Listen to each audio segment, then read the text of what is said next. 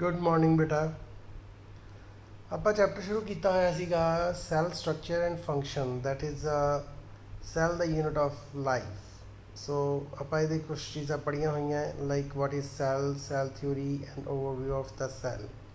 Cell ਕੀ ਹੈ? ਇਹ ਫੰਡਾਮੈਂਟਲ ਸਟਰਕਚਰ ਤੇ functional unit of all living organism. Who discovered it? Basically Robert Hooke discovered, but जो living cell की गल करिए that was discovered by the Anton van Leeuwenhoek was discovered it, and the nucleus in it was discovered by the Robert Brown. Now cell theory is what? Cell theory का मतलब ये है कि cell किदे तो बने तो जिहड़ा मैथस जे शार्डन ते श्वान दो परसन सीगे इन्हां ने ये चीज़ प्रूव की है कि सैल प्री एग्जिस्टिंग सैल तो ही बनया। ਇਹਦਾ ਮਤਲਬ ਆਪਾਂ ਕਈ ਵਾਰੀ ਸੋਚਦੇ ਹਾਂ ਕਿ ਸਾਨੂੰ ਬਣਾਇਆ ਕਿਹਨੇ ਹੈ, ਤਾਂ ਅਸੀਂ ਪਹਿਲਾਂ ਐਗਜ਼ਿਸਟ ਕਰਦੇ ਸੈੱਲਾਂ ਤੋਂ ਹੀ ਬਣੇ ਹੈ। We are evolute. So evolution is a basis of our existence. So all living organism cells ਦੇ ਬਣੇ ਹੈ, ਪ੍ਰੋਡਕਟ ਆਫ ਸੈਲਸ ਹੈ। They made from pre existing cells through the process of cell division. The body of living organism is made up of more than one cells. Basically there is a lot of diversity in a cell, number, shape, size।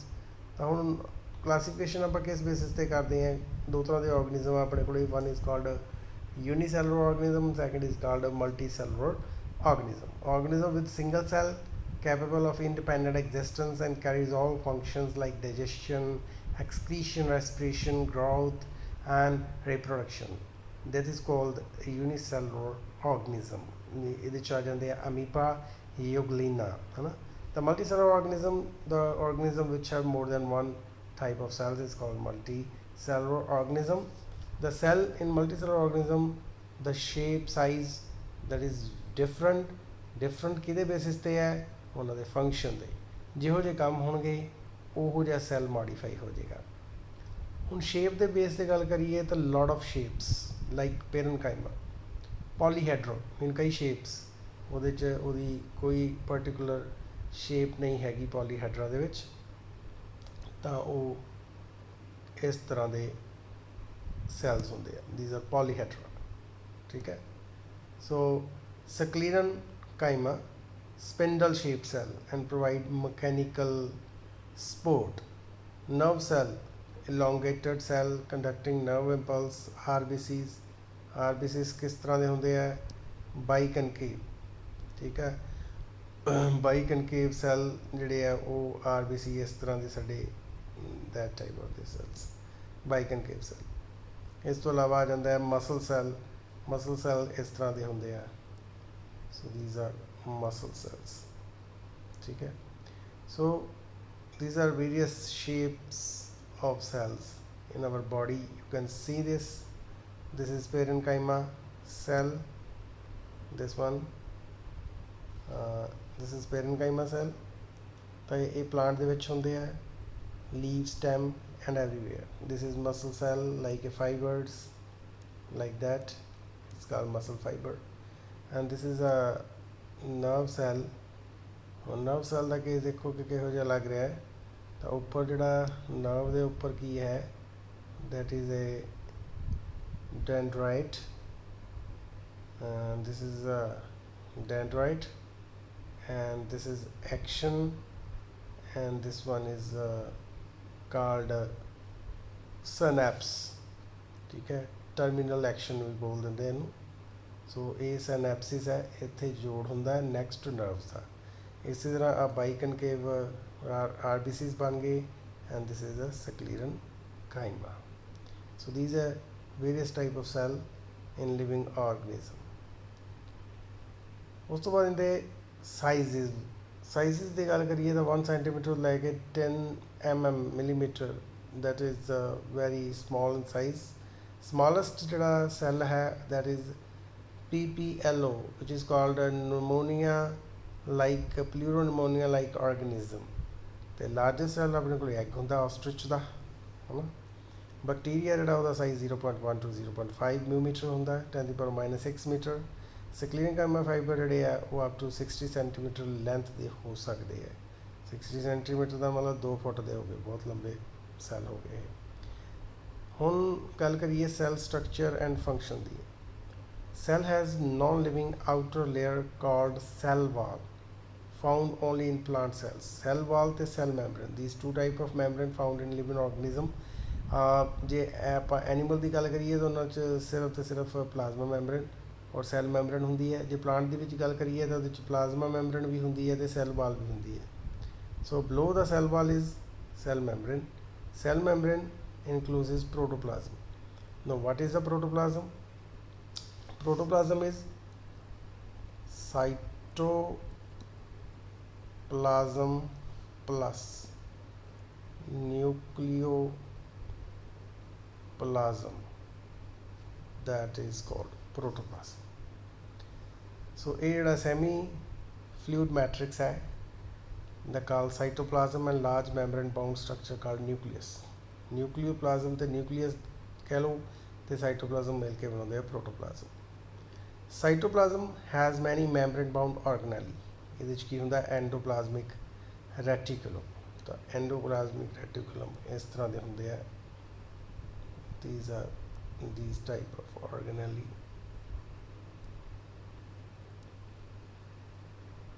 this is ER. ਇਹ ਦੋ ਤਰ੍ਹਾਂ ਦੇ ਹੁੰਦੇ ਆ, one is called rough and the second is called smooth. ਜਿਹੜੇ ਤਾਂ smooth ਆ ਤਾਂ ਮੈਂ ਬਣਾਈ ਦਿੱਤੇ ਆ, ਰਫ ਬਣਾਉਣੇ ਆ ਤੇ ਇਹਦੇ ਉੱਪਰ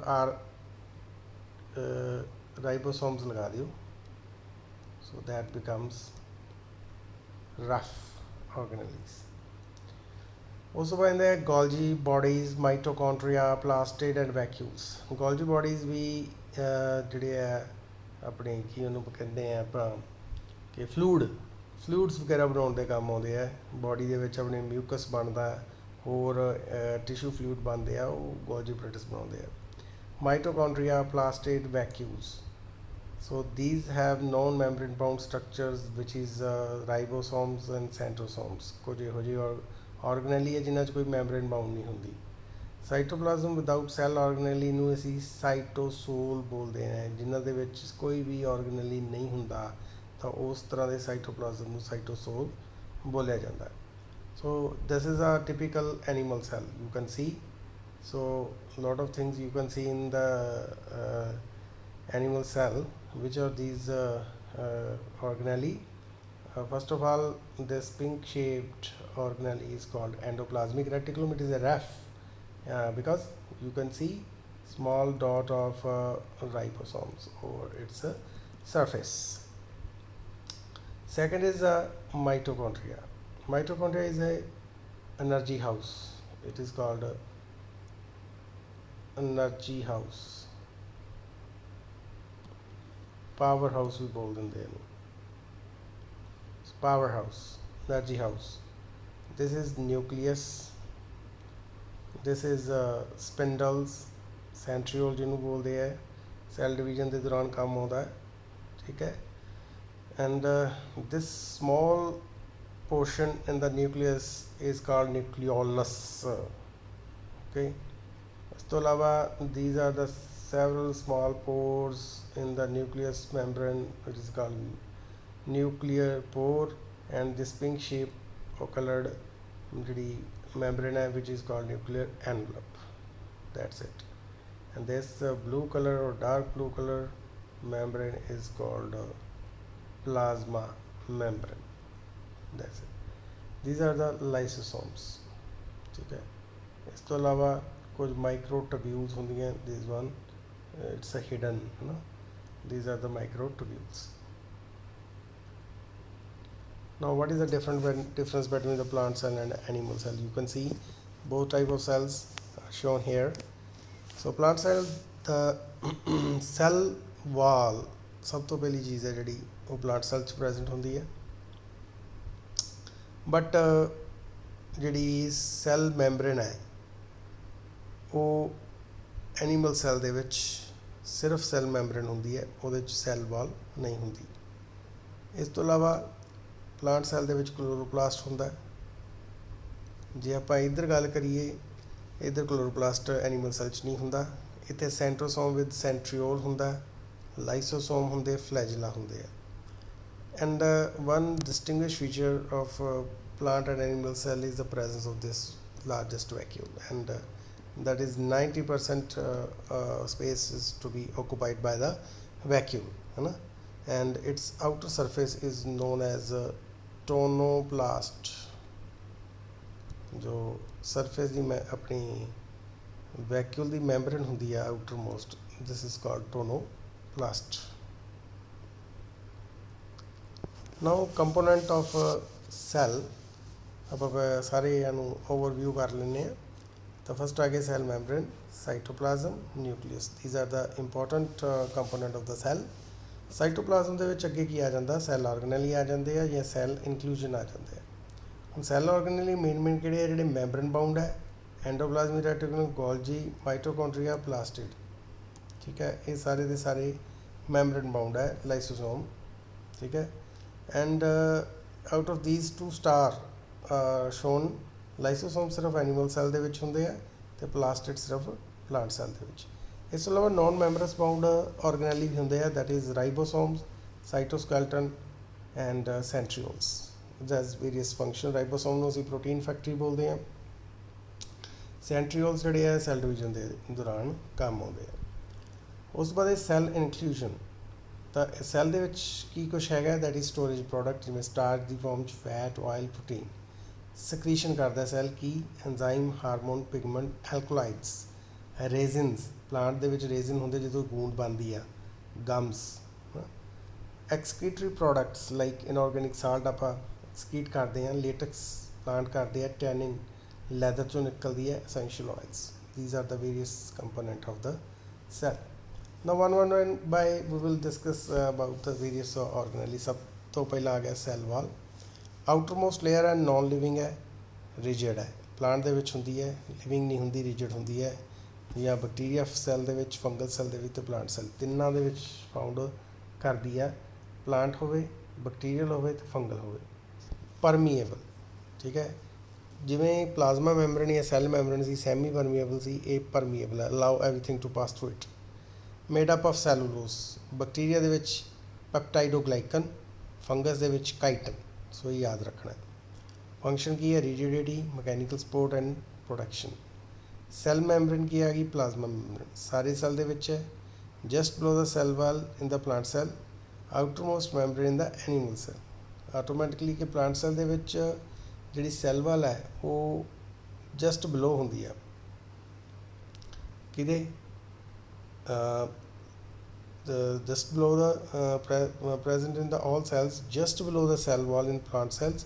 outermost membrane ਜਿਹੜੀ ਹੈ ਉਹ ਐਨੀਮਲ ਸੈੱਲ ਦੇ ਵਿੱਚ ਪਲਾਜ਼ਮਾ ਮੈਂਬਰਨ ਹੀ ਹੁੰਦੀ ਹੈ, ਜਿਹਨੂੰ ਸੈੱਲ ਮੈਂਬਰਨ ਵੀ ਬੋਲਦੇ ਆ। ਬਟ ਪਲਾਂਟ ਸੈੱਲ ਦੇ ਵਿੱਚ ਪਹਿਲਾਂ ਸੈੱਲ ਵਾਲ ਹੁੰਦੀ ਹੈ, ਉਹਦੇ ਅੰਦਰ ਜਿਹੜੀ ਉਹ ਸੈੱਲ ਮੈਂਬਰਨ ਲਾਈ ਕਰਦੀ ਹੈ। ਐਂਡ ਸੈਮੀ ਪਰਮੀਏਬਲ ਮੈਂਬਰਨ ਹੈ, ਸਾਰਾ ਕੁਝ ਪਾਸ ਨਹੀਂ ਕਰਨ ਦਿੰਦੀ, ਕੁਝ ਸਿਲੈਕਟਿਵ ਚੀਜ਼ਾਂ ਹੀ ਪਾਸ ਹੁੰਦੀਆਂ। So it's called semi permeable. Made ਕਾਹਦੀ ਬਣੀ ਹੈ, ਫਾਸਫੋਲਿਪਿਡ, ਪ੍ਰੋਟੀਨ, ਕਾਰਬੋਹਾਈਡਰੇਟ, ਕੋਲੈਸਟਰੋਲ। ਫੰਕਸ਼ਨ ਕੀ ਹੈ, ਜੋ ਵੀ ਅੰਦਰ ਬਾਹਰ ਜਾਣਾ ਮੂਵਮੈਂਟ, ਚਾਹੇ ਉਹ ਡਿਫਿਊਜ਼ਨ ਦੀ ਫਾਰਮ 'ਚ ਹੈ, ਆਸਮੋਸਿਸ ਹੈ, ਐਕਟਿਵ ਟਰਾਂਸਪੋਰਟ ਹੈ, ਫੇਗੋਸਾਈਟੋਸਿਸ ਹੈ ਕਿ ਜਿਵੇਂ ਅਮੀਬਾ ਫੇਗੋਸਾਈਟੋਸਿਸ ਕਰਦਾ ਹੈ, ਜਾਂ ਪਿਨੋਸਾਈਟੋਸਿਸ। you can see the picture of cell membrane and cell wall। so your right side, this is a cell membrane which is made up of various lipoproteins, lipid plus protein। ਤਾਂ ਇਹਦੇ ਵਿੱਚ ਕੀ ਹੈ, ਇਹਦੇ ਵਿੱਚ protein ਵੀ ਹੈ, ਇਹਦੇ ਵਿੱਚ carbohydrates ਵੀ ਹੈ, ਦੇਖ ਸਕਦੇ ਹਾਂ, ਓਲੀਗੋਸੈਕਰਾਈਡ, ਗਲਾਈਕੋ ਪ੍ਰੋਟੀਨ, ਗਲਾਈਕੋਲਿਪਿਡ, peripheral proteins ਆ ਗਈਆਂ। these are the big proteins which is called carrier proteins or you can say integral proteins, ਹੈ ਨਾ, ਜਾਂ peripheral proteins। ਤਾਂ ਇੱਧਰੋਂ ਕੀ ਹੈ, ਮਟੀਰੀਅਲ ਟਰਾਂਸਪੋਰਟ ਦਾ ਕੰਮ ਕਰਦੀਆਂ ਇਹ, they help to transport the material across the membrane। ਤਾਂ ਇਹਦੇ ਵਿੱਚ ਜੇ ਆਪਾਂ ਉੱਤੇ ਦੇਖੀਏ, it has a phospholipid bilayer, ਇੱਕ ਆਹ ਵਾਲੀ ਲੇਅਰ ਹੈ, ਇੱਕ ਆਹ ਵਾਲੀ, this is phospholipid bilayer, 2 layer ਹੁੰਦੀਆਂ ਇਹਦੇ ਵਿੱਚ। ਅਤੇ ਸੈਂਟਰ ਦੇ ਵਿੱਚ there are leaflet like fatty acid tails ਹੁੰਦੀਆਂ ਤੇ these heads are called hydrophilic polar heads. Hydro mean water, philic mean living, ਤਾਂ ਵਾਟਰ ਲਿਵਿੰਗ ਹੁੰਦੇ ਆ, ਇਸ ਕਰਕੇ ਇਹ ਅੱਪਰ ਜਾਂ ਲੋਅਰ ਸਾਈਡ ਤੇ ਹੁੰਦੇ ਆ। ਤੇ ਇਨਸਾਈਡ ਜਿਹੜਾ ਕਿ ਹਾਈਡਰੋਫੋਬਿਕ ਹੈ, that is made up of fatty acid, fatty acyl tails. That's it. ਦੂਜੇ ਪਾਸੇ ਆਪਣੇ ਕੋਲ ਆ ਗਿਆ ਸੈੱਲ ਵਾਲ ਵਿਚ is found in the plant cell. ਤਾਂ ਇਹ ਕਾਹਦੀ ਬਣੀ ਹੁੰਦੀ ਹੈ? ਮਿਡਲ ਲੈਮੇਲਾ, ਸੈੱਲ ਵਾਲ ਤੇ ਪਲਾਜ਼ਮਾ ਮੈਂਬਰੇਨ ਤਿੰਨਾਂ ਦੀ ਸੈਂਡਵਿਚ ਹੋਈ ਹੁੰਦੀ ਹੈ। ਤਾਂ ਇਹ ਪੈਕਟਿਨ, ਹੈਮੀਸੈਲੂਲੋਜ਼, ਸੈਲੂਲੋਜ਼ ਇਹਨਾਂ ਦੀ ਬਣੀ ਹੋਈ ਹੁੰਦੀ ਹੈ। ਉਸ ਤੋਂ ਬਾਅਦ ਇਹਦਾ ਪ੍ਰੋਟੋਪਲਾਜ਼ਮ, ਸਾਈਟੋਪਲਾਜ਼ਮ ਤੇ ਪ੍ਰੋਟੋਪਲਾਜ਼ਮ। ਆਲਰੇਡੀ ਮੈਂ ਗੱਲ ਕੀਤੀ ਹੈ ਕਿ ਪ੍ਰੋਟੋਪਲਾਜ਼ਮ ਨਿਊਕਲੀਅਸ ਤੇ ਸਾਈਟੋਪਲਾਜ਼ਮ ਤੋਂ ਮਿਲ ਕੇ ਬਣਦਾ। So it includes organic and inorganic molecules.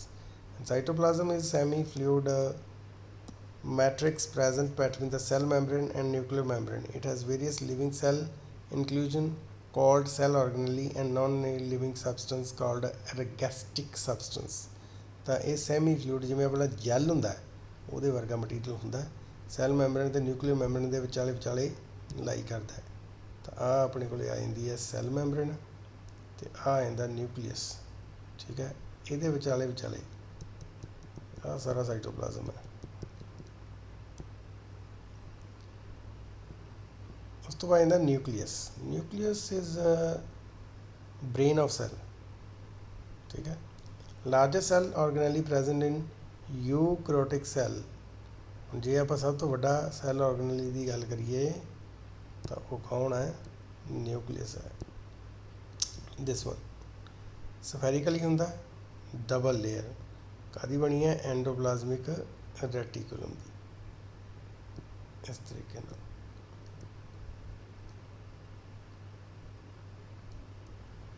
ਇਹ ਸੈੱਲ ਮੈਂਬਰੇਨ ਕਾਹਦੀ ਬਣੀ ਹੈ? ਐਂਡੋਪਲਾਜ਼ਮਿਕ ਰੈਟੀਕੂਲਮ ਦੀ। ਠੀਕ ਹੈ, ਗ੍ਰੈਨੂਲਰ ਹੈ ਤੇ ਇਸ ਕਰਕੇ ਇਹਨੂੰ ਨਿਊਕਲੀਓਪਲਾਜ਼ਮ ਵੀ ਬੋਲਦੇ ਆ। It has also spherical body call nucleolus. Nucleus ਦੇ ਅੰਦਰ ਨਿਊਕਲੀਓਲਸ ਹੁੰਦਾ। ਇਹਦਾ ਕੰਮ ਕੀ ਹੈ? ਕੰਟਰੋਲ ਦਾ ਇੰਟਾਇਰ ਆਫ ਸੈੱਲ।